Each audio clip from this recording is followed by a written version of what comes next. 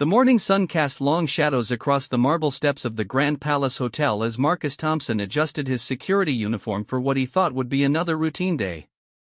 At 28, Marcus had been working as a security guard for 3 years, and he had seen it all.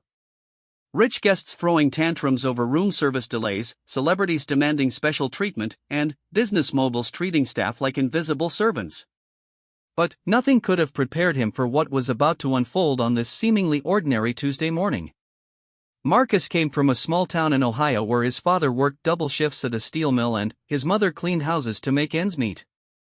Despite their financial struggles, his parents had instilled in him values that money couldn't buy: respect, dignity, and the belief that every person deserved to be treated with kindness, regardless of their social status. These values would soon be put to the ultimate test. The Grand Palace Hotel was no ordinary establishment. It was where billionaires stayed when they visited the city, where movie stars held their secret meetings, and where politicians made deals that shaped the world. The hotel's reputation was built on discretion, luxury, and an unwavering commitment to making their guests feel like royalty. For Marcus, it was just a job that paid well enough to support his younger sister's college education and help his parents with their mounting medical bills. As Marcus began his morning rounds, he noticed the usual hustle and bustle of hotel staff preparing for another busy day. The marble floors gleamed under the crystal chandeliers, fresh flowers adorned every corner, and the smell of expensive perfume and coffee filled the air. He exchanged friendly nods with Maria, the housekeeping supervisor who had become like a second mother to him, and waved at James, the young bellhop who was working his way through law school. The first sign that this day would be different came at exactly 9:47 a.m. when a black Rolls-Royce pulled up to the hotel's entrance. Marcus watched from his position near the lobby as the valet hurried to open the door. Out stepped a man in his 50s, wearing a suit that probably cost more than Marcus made in 6 months. His name was Richard Blackwood, though Marcus wouldn't learn this until later. Blackwood was a real estate mogul worth over $2 billion, known for his ruthless business practices and his belief that money could buy him anything, including the right to treat people however he pleased. Blackwood strode into the lobby with the confidence of a man who had never been told no in his entire life. His expensive shoes clicked against the marble floor as hotel staff scrambled to accommodate his every need. The hotel manager, Mr. Peterson, appeared within seconds, practically bowing as he welcomed their distinguished guest. Marcus observed this display of wealth and power with the detached professionalism he had developed over the years, but something about Blackwood's demeanor made him uneasy. What Marcus didn't know was that Blackwood was in the middle of a particularly stressful time in his life. His latest real estate deal, worth over $500 million, was falling apart due to legal complications. His third wife was threatening to divorce him and take half of his fortune. His adult children from previous marriages had cut off contact with him, tired of his controlling and abusive behavior. But, instead of reflecting on his actions and trying to become a better person, Blackwood had chosen to take out his frustrations on those he perceived as beneath him. The first incident happened in the elevator. Marcus was escorting a group of tourists to their floor when Blackwood entered with his entourage of lawyers and assistants. The elevator was crowded, and one of the tourists, an elderly woman with a cane, accidentally bumped into Blackwood's briefcase. Instead of accepting her polite apology, Blackwood exploded. "Watch where you're going, you senile old bat," he shouted, his face turning red with anger. "Do you have any idea how much this briefcase costs? It's worth more than your entire miserable existence." The elderly woman's eyes filled with tears as she stammered another apology.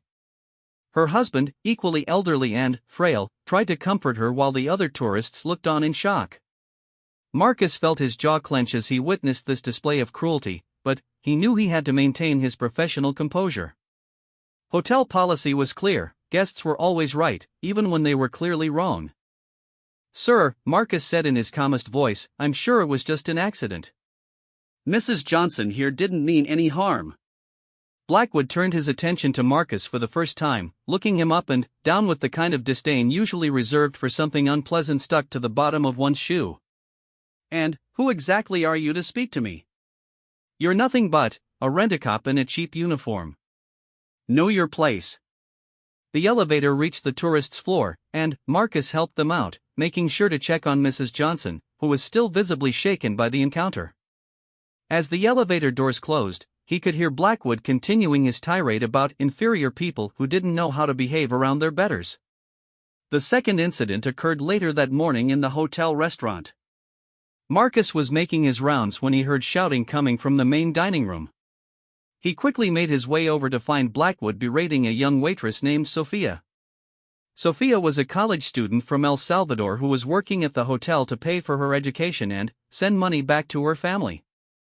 She was known among the staff for her kind heart, hard work, and infectious smile that could brighten even the darkest days. "This coffee is cold," Blackwood was screaming, his voice echoing through the elegant dining room. "What kind of third-world service is this? I don't pay premium prices to be served garbage by some illegal immigrant who probably can't even speak English properly." Sophia stood there with tears streaming down her face, holding the coffee pot with shaking hands. Other diners were starting to stare, some looking uncomfortable with Blackwood's outburst, but none willing to intervene.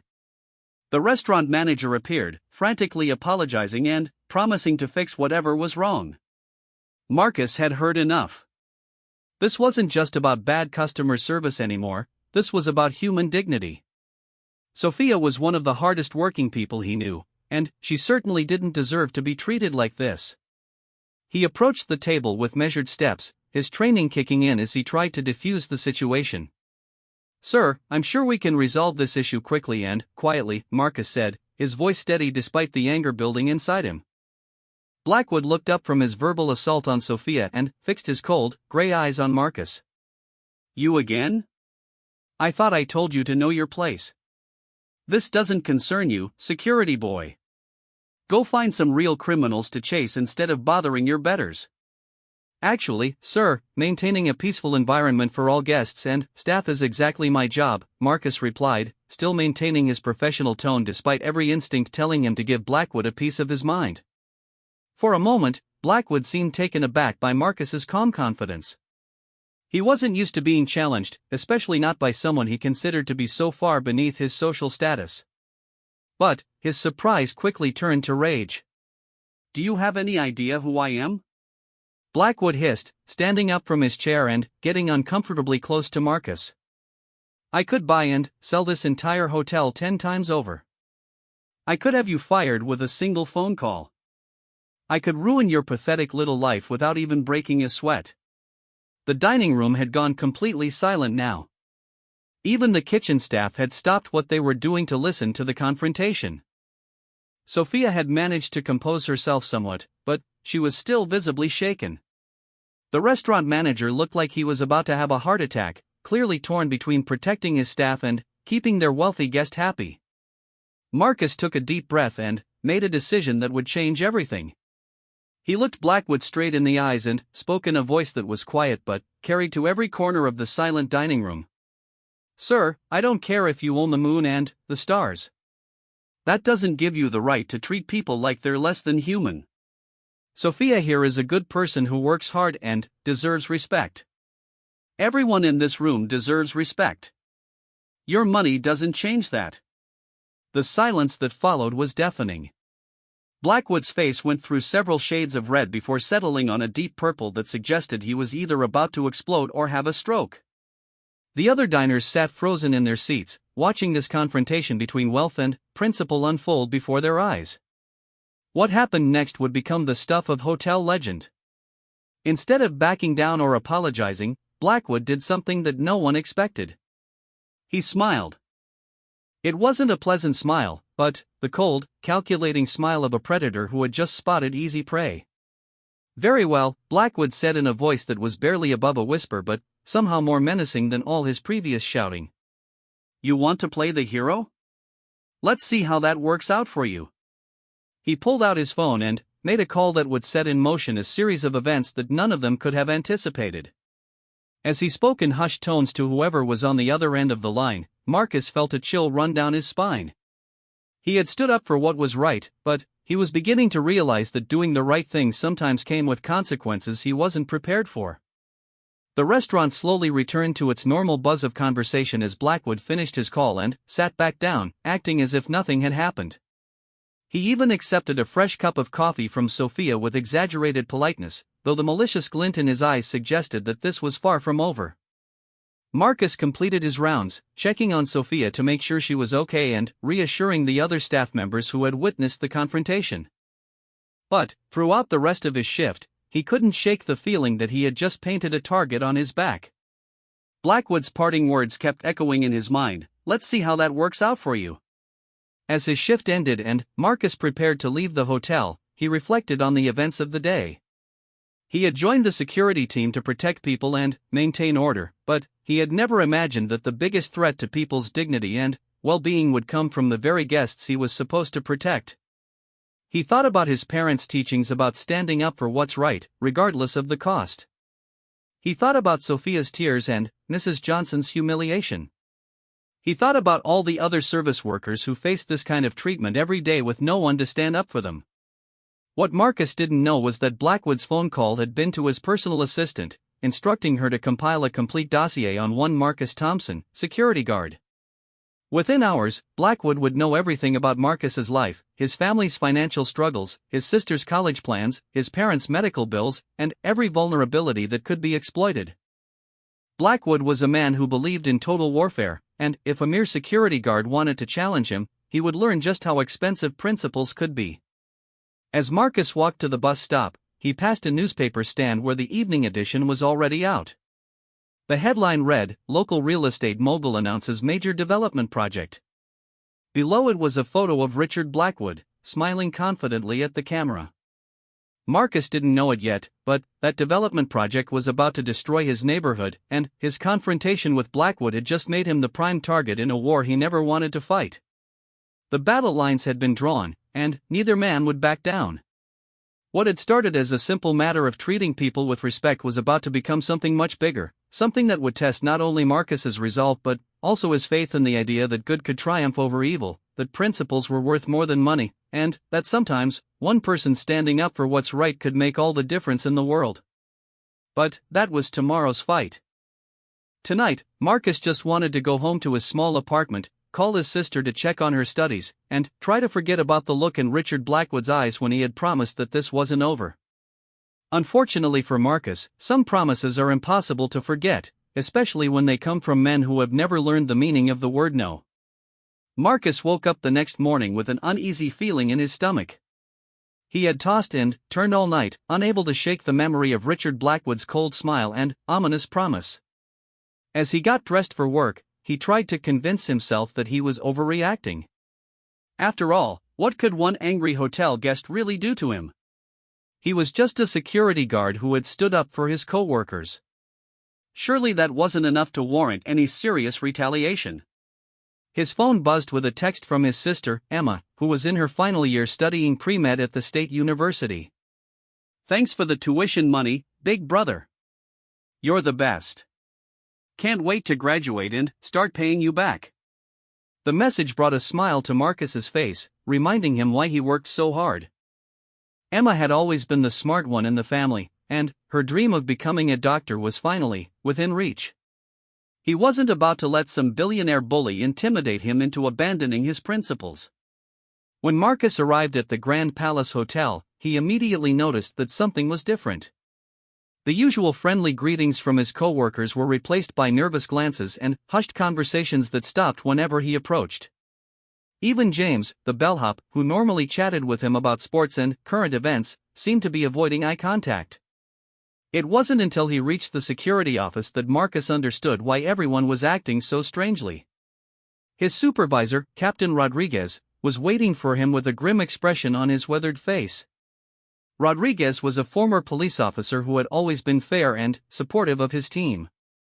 Seeing him look so troubled immediately put Marcus on high alert. "Marcus, we need to talk," Rodriguez said, gesturing for him to sit down. "I got a call from Mr. Peterson this morning. Apparently, there was an incident yesterday involving you and one of our VIP guests." Marcus's heart sank. He had hoped that the confrontation with Blackwood would be forgotten, but clearly, that wasn't the case. "If this is about what happened in the restaurant, I can explain." Rodriguez held up his hand to stop him. I've already heard the story from multiple witnesses, including Sophia and several of the dining room staff. They all said you handled yourself professionally and stood up for your co-workers when they were being mistreated. For a moment, Marcus felt a wave of relief. If Rodriguez understood what had really happened, then maybe this wouldn't be as bad as he had feared. But the captain's next words quickly shattered that hope. The problem is that the guest you confronted is Richard Blackwood, and he's not just any wealthy tourist. He's one of the hotel's most important clients, and he's threatening to pull all of his business unless we take action. Mr. Peterson is under enormous pressure from the ownership group to resolve this situation. Marcus felt his stomach drop. What kind of action are they talking about? Rodriguez looked genuinely pained as he delivered the news. They want me to suspend you pending a full investigation. I fought for you, Marcus, but Blackwood has significant influence with the hotel's board of directors. I'm sorry, but I don't have a choice. The suspension hit Marcus like a physical blow. Without his paycheck, he wouldn't be able to make his contribution to Emma's tuition or help his parents with their medical expenses. His father's arthritis had been getting worse, requiring expensive treatments that their insurance barely covered. His mother's blood pressure medication alone cost more than most people spent on groceries. How long will the investigation take? Marcus asked, trying to keep the desperation out of his voice. I honestly don't know, Rodriguez replied. These things can drag on for weeks or even months, especially when there's pressure from influential guests. I'll do everything I can to speed up the process, but I can't make any promises. As Marcus cleaned out his locker and turned in his security badge, he couldn't help but think about the injustice of the situation. He had done his job exactly as he had been trained to do it, protecting the dignity and well-being of hotel staff and guests alike. But because he had dared to stand up to someone with money and power, he was the one being punished. The news of his suspension spread quickly through the hotel. Sophia found him in the employee parking lot as he was leaving, her eyes red from crying. This is all my fault, she said in heavily accented English. If I had just accepted his insults, none of this would have happened. Marcus put a reassuring hand on her shoulder. Don't you dare blame yourself for this. You did nothing wrong, and neither did I. Some people think money gives them the right to treat others like dirt, but that doesn't make it true. But even as he spoke these words, Marcus couldn't ignore the harsh reality of his situation. In the real world, money did give people like Blackwood incredible power, and he was just beginning to understand how willing Blackwood was to use that power to destroy anyone who crossed him. Over the next few days, Marcus tried to find temporary work to keep his family afloat, but every lead seemed to dead end in frustration. When he applied for a security position at a downtown office building, the manager told him that his references from the hotel had been less than satisfactory. When he tried to get a job at a local retail store, he was told that his background check had raised some concerns, though no one would specify what those concerns were. It was becoming clear that Blackwood's influence extended far beyond the walls of the Grand Palace Hotel. The billionaire had connections throughout the city's business community, and he was using those connections to make sure that Marcus couldn't find work anywhere. The financial pressure began to mount immediately. Marcus had to call Emma and explain that he wouldn't be able to send her tuition money for the next month. He could hear the disappointment in her voice, even though she tried to hide it behind words of support and understanding. She offered to take out additional student loans, but they both knew that would only delay the problem and saddle her with even more debt. His parents' situation was even more dire. When Marcus called to tell them that he couldn't help with their medical expenses, his mother tried to downplay the seriousness of their financial situation. But his father, never one to sugarcoat the truth, admitted that they might have to choose between buying his arthritis medication and keeping up with their mortgage payments. The stress of watching his family suffer because of his principles was almost unbearable. Marcus began to wonder if he had made a terrible mistake. Maybe he should have just kept quiet when Blackwood was abusing Sophia and Mrs. Johnson. Maybe standing up for what was right was a luxury that someone in his position couldn't afford. But every time he started to doubt himself, he remembered the look of gratitude in Sophia's eyes when he had defended her. He thought about all the other service workers who faced similar abuse every day with no one to speak up for them. He realized that if good people stayed silent in the face of injustice, then bullies like Blackwood would continue to get away with their behavior indefinitely. It was during this dark period that Marcus received an unexpected phone call. The caller introduced himself as David Chen, a reporter for the city's largest newspaper. Chen had heard rumors about the incident at the Grand Palace Hotel and was interested in learning more about what had really happened. At first, Marcus was reluctant to speak to the media. He worried that talking to a reporter might make his situation even worse, especially if Blackwood decided to take legal action against him. But, as Chen explained his interest in the story, Marcus began to see an opportunity to expose the truth about how people with money and power often abused those who serve them. "This isn't just about your situation," Chen explained during their phone conversation. "I've been investigating Richard Blackwood for months. There are dozens of similar stories from other hotels, restaurants, and service establishments around the city. Workers who were fired or harassed for refusing to tolerate his abusive behavior. The problem is that most of these people are afraid to speak out because they know he'll retaliate against them." Marcus agreed to meet with Chen at a small coffee shop downtown, away from the hotel and any of Blackwood's potential allies.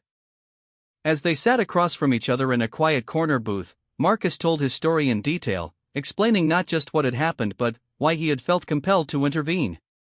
Chen listened intently, taking notes and asking thoughtful questions.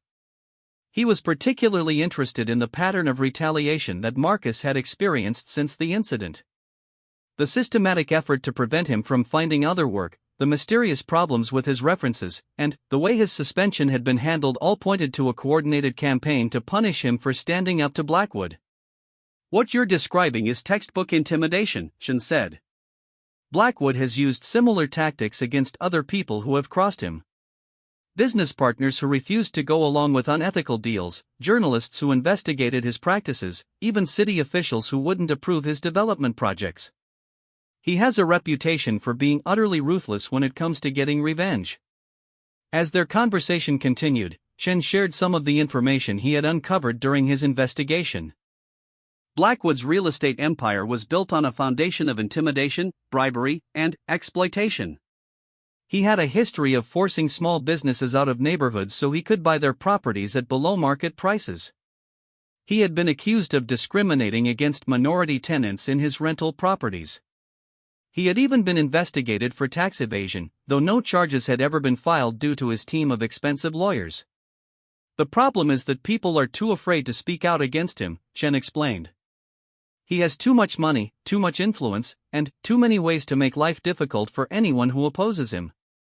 But your story might be different. You stood up to him in a public place, in front of witnesses. You didn't back down even when he threatened you.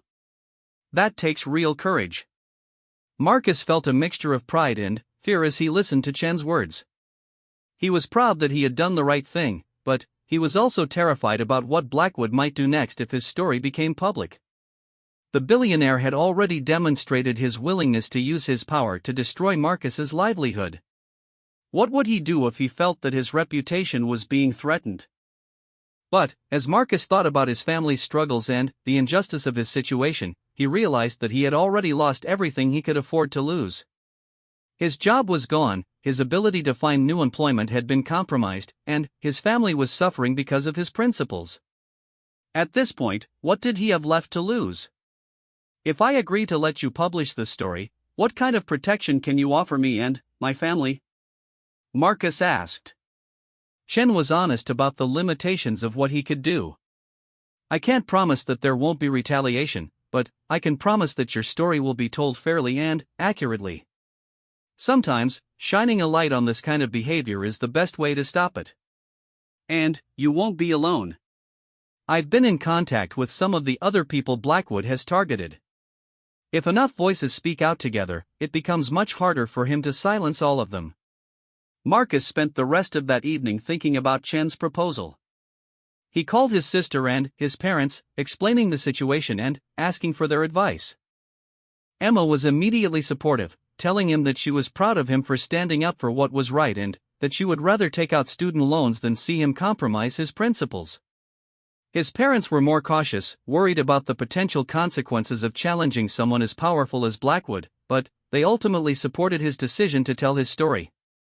The next morning, Marcus called Chen and agreed to go on the record with his account of what had happened at the Grand Palace Hotel. He knew that this decision would likely make him a permanent enemy of one of the most powerful men in the city, but he also knew that staying silent would mean letting Blackwood continue to abuse innocent people with impunity. As Chen began working on the article, Marcus prepared himself for whatever came next. He had no way of knowing that his decision to speak out would set in motion a chain of events that would eventually expose a pattern of abuse and corruption that went far beyond his own experience. He couldn't have imagined that his small act of courage would inspire dozens of other victims to come forward with their own stories. But, even if he had known what was coming, Marcus believed he would have made the same choice. Some things were more important than job security or financial stability. Sometimes, standing up for what was right was worth any price, no matter how high it might be. The war between principles and power was about to escalate, and Marcus Thompson, former security guard and current unemployment statistic, was about to become the unlikely hero in a battle that would capture the attention of the entire city. The morning that David Chen's article was published, Marcus woke up to 17 missed calls and 43 text messages. His phone had been buzzing constantly since 6 a.m., when the newspaper's online edition went live. The headline read, "Hotel Security Guard Stands Up to Billionaire Bully, the Cost of Doing What's Right." Chen had done an excellent job of presenting the facts objectively while still capturing the human drama of the story. The article detailed not only Marcus's confrontation with Blackwood but also the pattern of retaliation that had followed. Chen had managed to interview several other hotel employees who corroborated Marcus's account and shared their own experiences with Blackwood's abusive behavior. Sophia had been particularly brave in allowing her name to be used, despite her fears about potential immigration-related consequences. But the most damaging part of the article was Chen's investigation into Blackwood's history of similar incidents. The reporter had uncovered a pattern of abuse that stretched back years, involving dozens of service workers across the city. Restaurant servers who had been fired after refusing to tolerate his verbal abuse. Hotel clerks who had been blacklisted from the hospitality industry after complaining about his behavior. Retail workers who had lost their jobs after asking him to treat them with basic respect. The article also revealed some of the tactics Blackwood used to silence his critics. Chen had documented cases where Blackwood had used his business connections to prevent his victims from finding new employment. He had filed frivolous lawsuits against people who spoke out against him, knowing that they couldn't afford the legal fees to defend themselves. He had even used his influence with city officials to create problems for small business owners who had crossed him. The public response to the article was immediate and overwhelming. Marcus's phone rang constantly with calls from other newspapers, television stations, and radio shows wanting to interview him. Social media was buzzing with discussions about the story, with most people expressing outrage at Blackwood's behavior and admiration for Marcus's courage in standing up to him. The hashtag #StandWithMarcus began trending on Twitter, with people sharing their own stories of being mistreated by wealthy and powerful individuals. Service workers from around the country posted about similar experiences, creating a nationwide conversation about the way rich people often treated those they considered beneath them. But the response wasn't universally positive. Blackwood's supporters, including several prominent business leaders and politicians who had benefited from his donations over the years, began pushing back against the story. They questioned Marcus's motives, suggesting that he was trying to get rich by suing Blackwood or seeking his 15 minutes of fame. Some even implied that he had provoked the confrontation deliberately, hoping to create a viral moment that would bring him attention. The most vicious attacks came from anonymous social media accounts that seemed to have unlimited resources for digging up dirt on Marcus and his family. They posted photos of his modest apartment, his beat-up car, and his parents' small house, suggesting that his family's financial struggles were evidence of poor character rather than economic inequality. They spread rumors about his work history, his personal relationships, and even his sister's academic performance. Marcus quickly realized that these attacks were too coordinated and too well-funded to be random trolls. Someone with significant resources was working to destroy his reputation and discredit his story. He didn't need to guess who was behind it.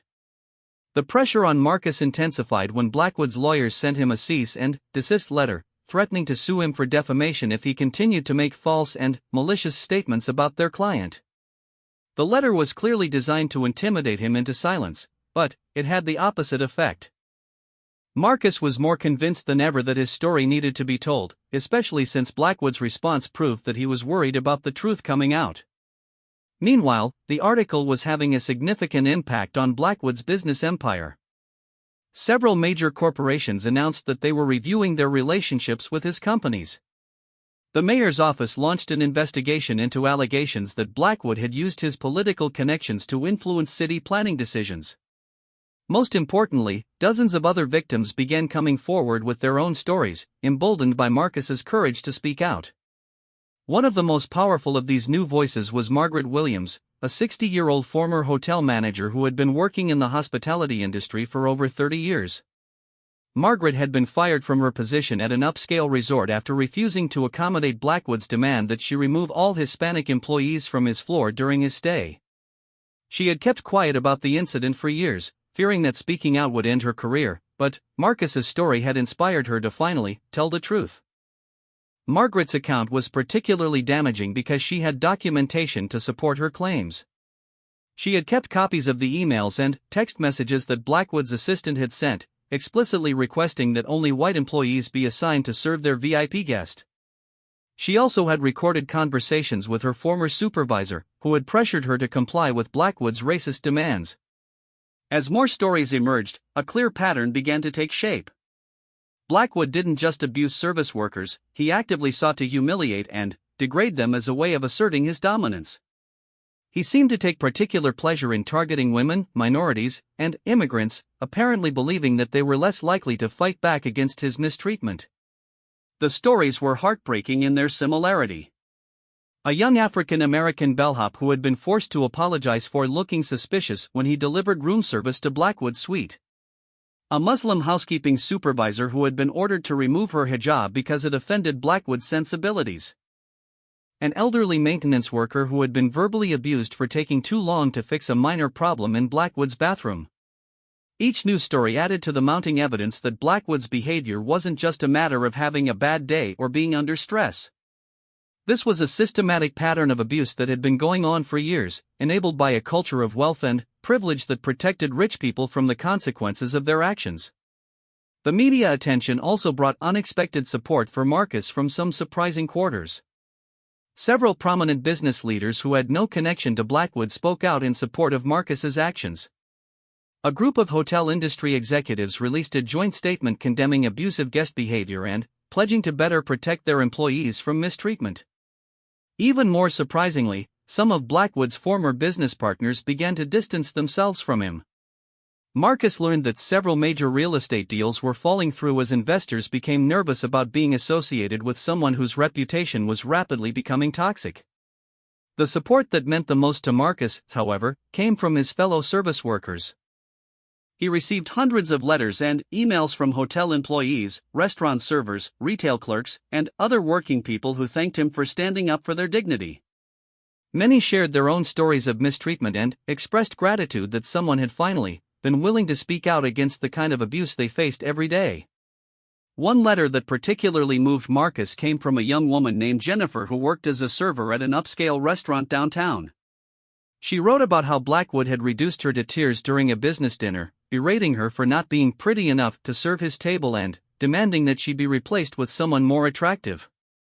She had never reported the incident because she needed her job, but reading Marcus's story had given her the courage to file a formal complaint with her employer. As the story continued to dominate the news cycle, Blackwood found himself in an increasingly difficult position.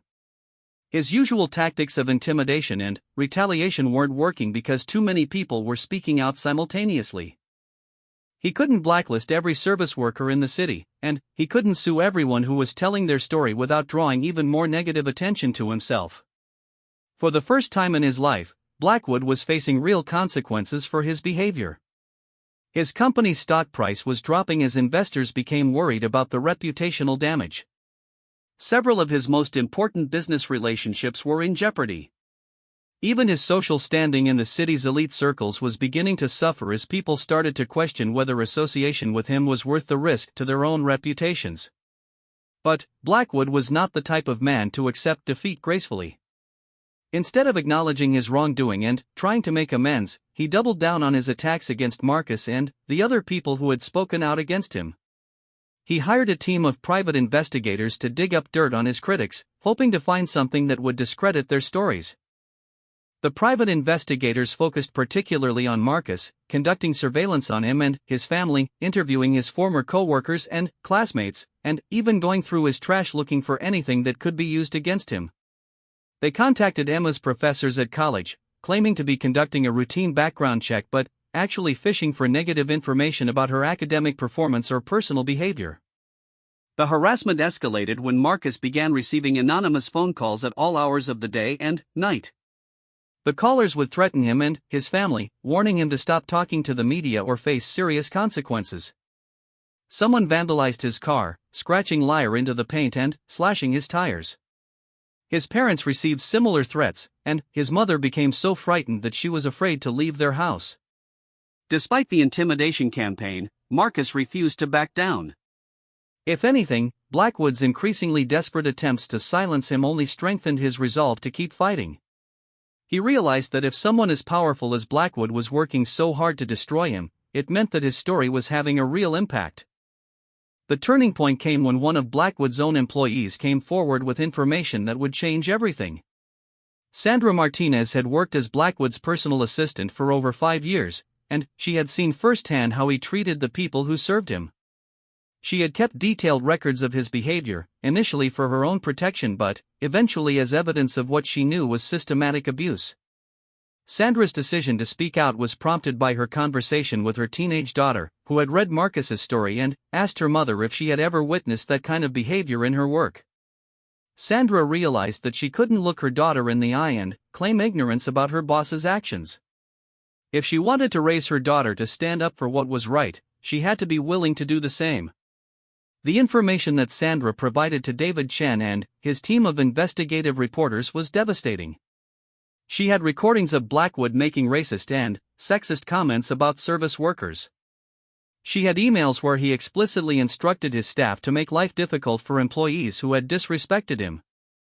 Most damaging of all, she had documentation showing how Blackwood had used his business connections to retaliate against people who had crossed him, including Marcus. As Chen prepared to publish this new exposé, Marcus reflected on how much his life had changed since that morning when he had simply tried to do his job with integrity and compassion. He had lost his employment and his financial security, but he had gained something more valuable, the knowledge that he had made a difference in the fight against injustice. He thought about Sophia, who had been offered a new job at a hotel whose management had been inspired by her courage to speak out. He thought about Margaret Williams, who had become a spokesperson for workers' rights in the hospitality industry. He thought about all the other victims who had found their voices because someone had finally been willing to listen to their stories. The battle was far from over, and Marcus knew that Blackwood would continue to fight back with every resource at his disposal. But, for the first time since this whole ordeal had begun, Marcus felt hopeful that truth and justice might actually prevail against money and power. The second exposé hit the news like a bombshell. Sandra Martinez's inside information provided the smoking gun that investigators had been looking for, with documented evidence of Blackwood's systematic abuse and retaliation campaigns. The recorded conversations were particularly damaging, featuring Blackwood using racial slurs and making degrading comments about service workers that were so vile that most news outlets had to censor parts of them. Within hours of the article's publication, the fallout began. The mayor announced a formal investigation into Blackwood's business practices, particularly focusing on allegations that he had used illegal tactics to force small businesses out of their properties. The state attorney general's office opened their own inquiry into possible civil rights violations. Most significantly, the FBI launched an investigation into potential racketeering charges, treating Blackwood's retaliation campaigns as part of an organized pattern of criminal behavior. Marcus watched the news coverage from his small apartment, still hardly believing that his simple act of standing up for a coworker had led to such massive consequences. His phone hadn't stopped ringing with interview requests from national news programs, documentary filmmakers, and even a few Hollywood producers who wanted to buy the rights to his story. But the media attention also brought unwelcome scrutiny. Marcus found himself followed by photographers whenever he left his apartment. Reporters camped outside his parents' house, hoping to get interviews with his family members. The constant attention was exhausting and invasive, making him question whether speaking out had been worth the price he and his loved ones were paying. The stress was particularly hard on his parents, who had never dealt with this kind of public attention before. His mother, Maria, was a private person who had worked quietly as a house cleaner for most of her life. Suddenly, finding reporters asking her about her son's heroism made her extremely uncomfortable. His father, Robert, worried constantly about the safety of their family, especially after the anonymous threats had escalated to include their home address and specific details about their daily routines. Emma handled the situation better than anyone expected. As a pre-med student, she was used to pressure and had developed strong coping mechanisms for dealing with stress. She became Marcus's unofficial spokesperson, fielding many of the interview requests and helping him decide which opportunities were worth pursuing and which ones were simply media circuses looking for sensational content. "You've already won the most important victory," Emma told her brother during one of their late-night phone conversations. "You've shown people that it's possible to stand up to bullies, even when they have all the money and power in the world. That's going to inspire other people to find their own courage." Emma was right about the inspirational impact of Marcus's story. The hashtag Stand With Marcus movement had grown far beyond its original scope, becoming a rallying cry for workers' rights across the country. Service worker unions used Marcus's story to highlight the need for better protection against abusive customers. Civil rights organizations pointed to his experience as an example of how wealthy individuals often targeted minorities and immigrants for mistreatment. The movement also attracted support from unexpected sources. Several celebrities who had grown up in working-class families spoke out in support of Marcus, sharing their own stories of mistreatment before they became famous. Professional athletes who had faced discrimination used their platforms to amplify the message that everyone deserved to be treated with dignity, regardless of their occupation or social status. One of the most powerful endorsements came from Dr. Elizabeth Warren, a former senator and advocate for economic justice, who wrote an op-ed piece in the Washington Post using Marcus's story to illustrate the broader problem of wealth inequality in America. She argued that Blackwood's behavior was symptomatic of a system that gave rich people virtually unlimited power over working families, and called for legislative reforms to protect workers from retaliation and abuse. But the growing support for Marcus also made him a bigger target for Blackwood's increasingly desperate counterattacks.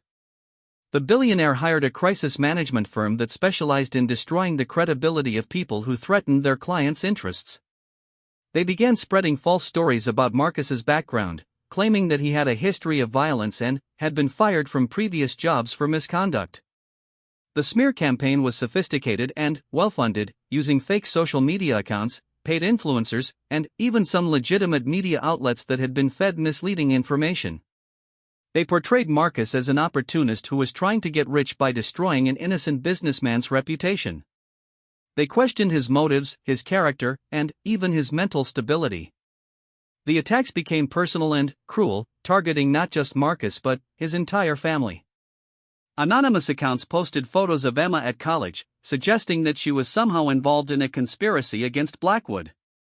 They spread rumors about his parents' immigration status, even though they were both American citizens who had lived in the same small town for over 30 years.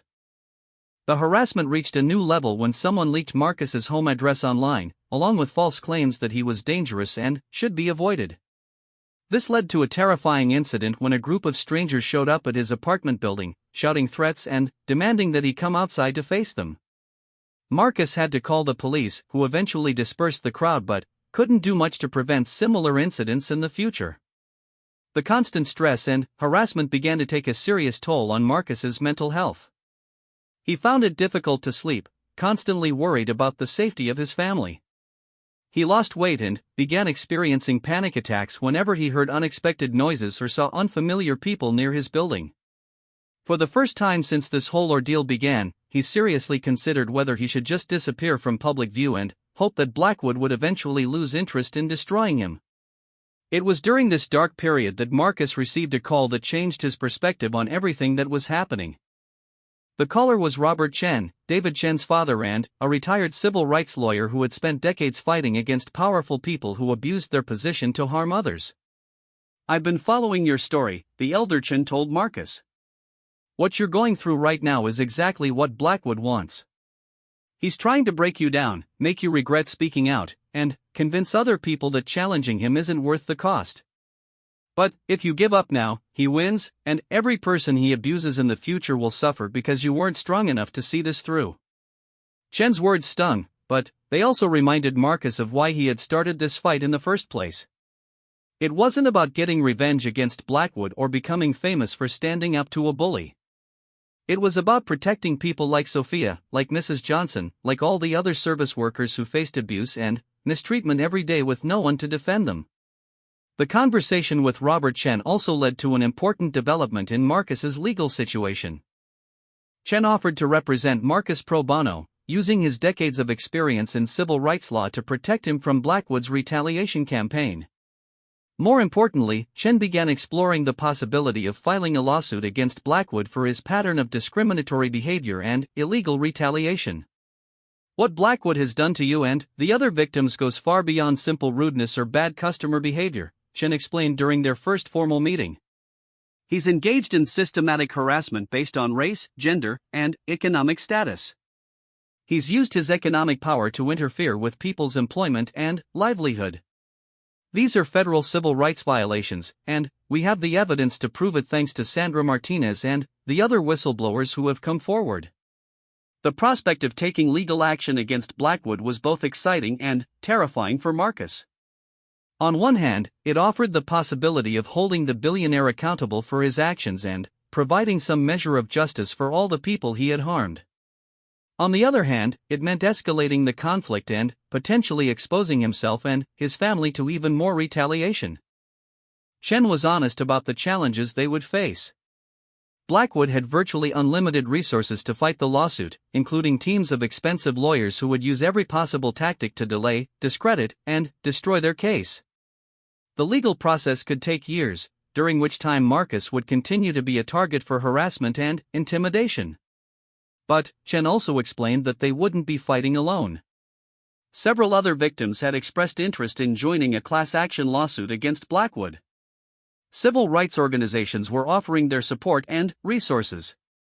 Most importantly, the media attention had created a level of public scrutiny that would make it much more difficult for Blackwood to engage in the kind of behind-the-scenes retaliation that he had used so effectively in the past. Marcus spent several sleepless nights weighing his options. He talked extensively with his family, with Emma serving as a voice of reason and his parents expressing their concerns about the potential dangers of continuing the fight. He also spoke with some of the other victims, particularly Sophia and Margaret Williams, who had become close allies in the struggle against Blackwood's abuse. The decision ultimately came down to a simple question: what kind of person did Marcus want to be? He could retreat from the public eye, accept whatever settlement Blackwood might offer to make him go away, and try to rebuild his life in obscurity. Or he could continue fighting, knowing that his actions might make it easier for future victims to speak out against powerful abusers. The answer became clear when Marcus received a letter from a young hotel worker in Chicago who had read his story. The worker, named David Kim, described how Blackwood had sexually harassed and threatened him during a recent stay at his hotel. Kim had been afraid to report the incident because he was in the country on a student visa and couldn't afford to lose his job. But reading about Marcus's courage had inspired him to file a formal complaint with his employer and contact the authorities. "Your story saved me from staying silent," Kim wrote.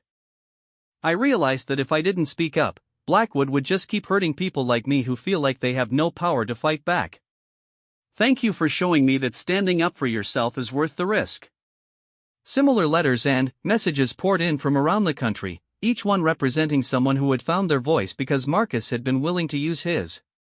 Restaurant workers who had filed complaints about abusive customers. Hotel employees who had reported discriminatory treatment. Retail workers who had stood up to verbally abusive shoppers. Reading these messages made Marcus realize that his fight with Blackwood had become about something much bigger than their personal conflict. It had become a symbol of the broader struggle between those who used their power to hurt others and those who were willing to sacrifice their own comfort to protect the vulnerable. With that realization, Marcus's decision became easy.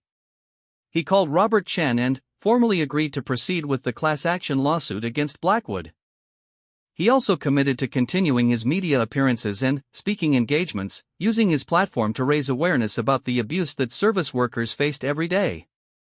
The announcement of the lawsuit sent shockwaves through Blackwood's organization and the broader business community. For the first time in his career, the billionaire was facing serious legal consequences for his behavior. The case would expose his business practices to intense scrutiny, potentially costing him millions of dollars in damages and legal fees. But Marcus knew that the real victory wouldn't be measured in money. It would be measured in the number of future victims who would be spared from Blackwood's abuse, the number of other powerful people who would think twice before mistreating those who served them, and the message it would send to workers everywhere that they didn't have to accept mistreatment just because their abusers had money and influence. As he prepared for what would undoubtedly be a long and difficult legal battle, Marcus reflected on how much had changed since that morning when he had simply tried to do his job with dignity and compassion. He had lost his employment and his anonymity, but he had gained something infinitely more valuable, the knowledge that one person's courage could spark a movement that would outlast any individual conflict. The war between principles and power was entering its final phase, and Marcus Thompson was ready for whatever came next. 2 years after that fateful morning at the Grand Palace Hotel, Marcus Thompson stood in a federal courthouse, surrounded by dozens of other plaintiffs who had joined the class action lawsuit against Richard Blackwood. The legal battle had been every bit as difficult and exhausting as Robert Chen had predicted, but as Marcus looked around at the faces of his fellow victims, he felt a profound sense of pride in what they had accomplished together. The courtroom was packed with reporters, civil rights activists, and supporters who had followed the case from the beginning. Sophia sat in the front row, now working as a shift supervisor at a hotel whose management had implemented comprehensive anti-harassment policies inspired by the Blackwood case. Margaret Williams was there too, having become a nationally recognized advocate for workers' rights in the hospitality industry. The 2 years of litigation had been a roller coaster of victories and setbacks. Blackwood's legal team had used every trick in the book to delay and discredit the case. They had filed dozens of motions to dismiss, challenged the standing of individual plaintiffs, and even attempted to have the case moved to a more favorable jurisdiction. They had hired private investigators to dig up dirt on the plaintiffs, hoping to find something that would undermine their credibility. But the evidence against Blackwood had only grown stronger over time. Sandra Martinez's documentation had been corroborated by other former employees who came forward with their own records of his abusive behavior. The FBI investigation had uncovered additional evidence of his retaliation campaigns, including communications between Blackwood and his associates discussing ways to destroy people who had crossed him. The case had also benefited from a broader cultural shift in how society viewed abuse of power by wealthy individuals. The #MeToo movement had created a climate where victims felt more empowered to speak out against powerful abusers. High-profile cases involving other billionaires had demonstrated that even the richest people weren't immune from consequences when their behavior crossed legal and ethical lines. Marcus himself had undergone a significant transformation during the legal proceedings. The shy, quiet security guard who had simply wanted to do his job had evolved into a confident public speaker and advocate for workers' rights. He had testified before Congress about the need for stronger protections against workplace retaliation. He had given speeches at conferences and universities around the country, sharing his story and encouraging others to stand up against injustice. The personal cost had been enormous. Marcus had struggled financially throughout the litigation, relying on donations from supporters and occasional freelance security work to make ends meet. The constant stress had affected his health, and he had needed therapy to deal with the trauma of the harassment campaign that Blackwood had orchestrated against him and his family. But there had been unexpected rewards as well. Emma had graduated from medical school and was now completing her residency at a prestigious hospital. She often told people that her brother's courage had inspired her to choose a career in medicine, wanting to help others just as he had helped his fellow workers. Their parents had become reluctant celebrities in their small hometown, proud of their son's principles even as they worried about his safety. The relationship between Marcus and his family had grown stronger through the ordeal. They had learned that they could depend on each other in times of crisis, and that their shared values were more important than material comfort or social acceptance. The threats and harassment had been frightening, but they had also revealed the depth of love and loyalty that bound them together. As the trial progressed, it became clear that Blackwood's empire was crumbling under the weight of his own actions. The negative publicity had cost him hundreds of millions of dollars in lost business deals. Several major corporations had terminated their relationships with his companies, citing concerns about his ethical standards. His political influence had evaporated as politicians distanced themselves from someone who had become synonymous with abuse and corruption.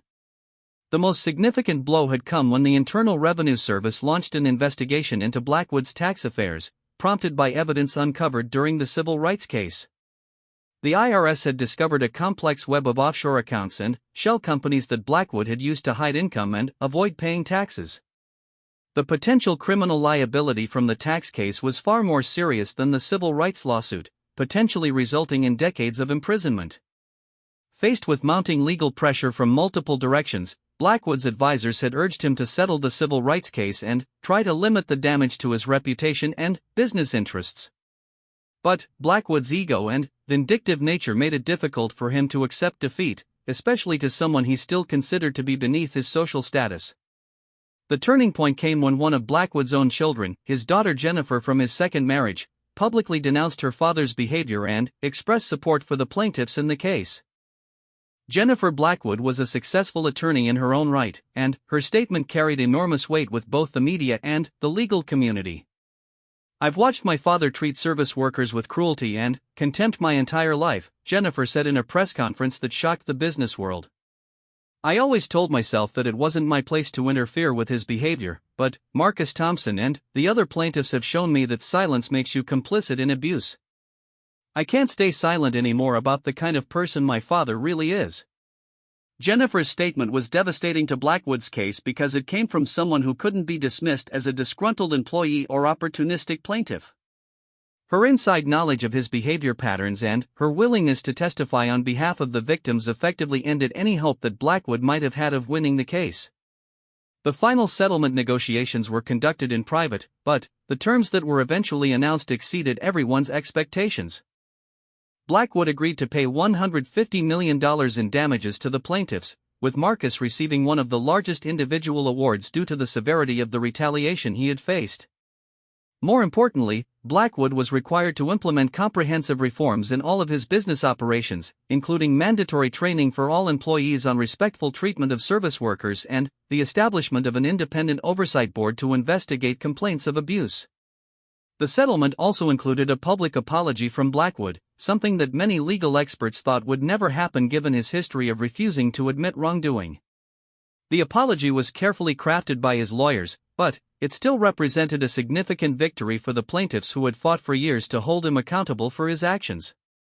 But the most meaningful outcome of the case wasn't the financial settlement or even the public apology.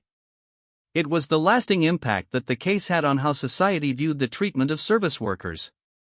Hotels, restaurants, and retail establishments around the country had implemented new policies to protect their employees from abusive customers. Several states had passed legislation making it easier for workers to report mistreatment without fear of retaliation. The Marcus Thompson standard had become shorthand for the idea that everyone deserved to be treated with dignity and respect, regardless of their occupation or social status. Business schools were teaching case studies based on the lawsuit, using it to illustrate the importance of ethical leadership and the dangers of enabling abusive behavior. Marcus had used his portion of the settlement to establish a foundation that provided legal assistance to service workers who faced discrimination or retaliation. The foundation also funded educational programs to teach workers about their rights and how to report abusive treatment safely and effectively. As the judge read the final terms of the settlement agreement in the packed courtroom, Marcus thought about all the people who had supported him throughout this long journey. David Chen, whose investigative reporting had exposed the truth about Blackwood's behavior. Robert Chen, whose legal expertise had guided them through the complexities of federal civil rights law. Sandra Martinez, whose courage in coming forward with evidence had made their case possible. He thought about his fellow plaintiffs, each of whom had risked their careers and personal safety to stand up against one of the most powerful men in the country. He thought about the thousands of supporters who had sent letters of encouragement, attended rallies, and donated money to help fund their legal battle. Most of all, he thought about his family, especially Emma, whose unwavering support had given him the strength to continue fighting even when the cost seemed too high to bear. She was sitting in the courtroom that day, having taken time off from her medical residency to be there for the conclusion of the case that had defined so much of their lives over the past 2 years. When the proceedings concluded and the crowd began to disperse, Marcus was surrounded by reporters asking for his reaction to the settlement. He had given hundreds of interviews over the past 2 years, but this moment felt different. This was his opportunity to reflect on what had been accomplished and what it might mean for the future. "This case was never really about me or Richard Blackwood," Marcus told the assembled media. "It was about the fundamental principle that every person deserves to be treated with dignity and respect. It was about the idea that having money doesn't give you the right to abuse people who are just trying to make an honest living." He paused for a moment, looking around at the faces of the people who had supported him throughout this journey. "What we've accomplished here today isn't the end of the fight against workplace abuse. It's just the beginning. We've shown that it's possible to hold powerful people accountable for their actions, even when they think they're untouchable. We've proven that ordinary people can make a difference when they're willing to stand up for what's right." As the crowd began to thin out and the media attention shifted to other stories, Marcus found himself alone for the first time in what felt like years. He walked out of the courthouse and into the bright afternoon sunshine, feeling a mixture of exhaustion, relief, and quiet pride in what had been accomplished. The security guard who had simply wanted to protect his co-workers from abuse had become something he had never intended to be, a symbol of the power of ordinary people to create extraordinary change. The shy young man who had been afraid to speak up had found his voice and used it to speak for millions of workers who faced similar mistreatment every day. Richard Blackwood's empire had fallen, but, more importantly, a new standard had been established for how people in positions of power should treat those who serve them. The lesson was simple but profound: money and influence might provide many advantages in life, but they could never justify treating other human beings with cruelty and contempt. As Marcus walked home that evening, he passed a hotel where he noticed a small sign by the entrance: "All guests and staff deserve to be treated with respect and dignity." It was a small thing, hardly noticeable to most people passing by, but to Marcus it represented something much larger: proof that one person's courage to do what was right could create ripples that extended far beyond anything they could have imagined. The wealthy tourist had indeed crossed the line, and a security guard's response had changed everything.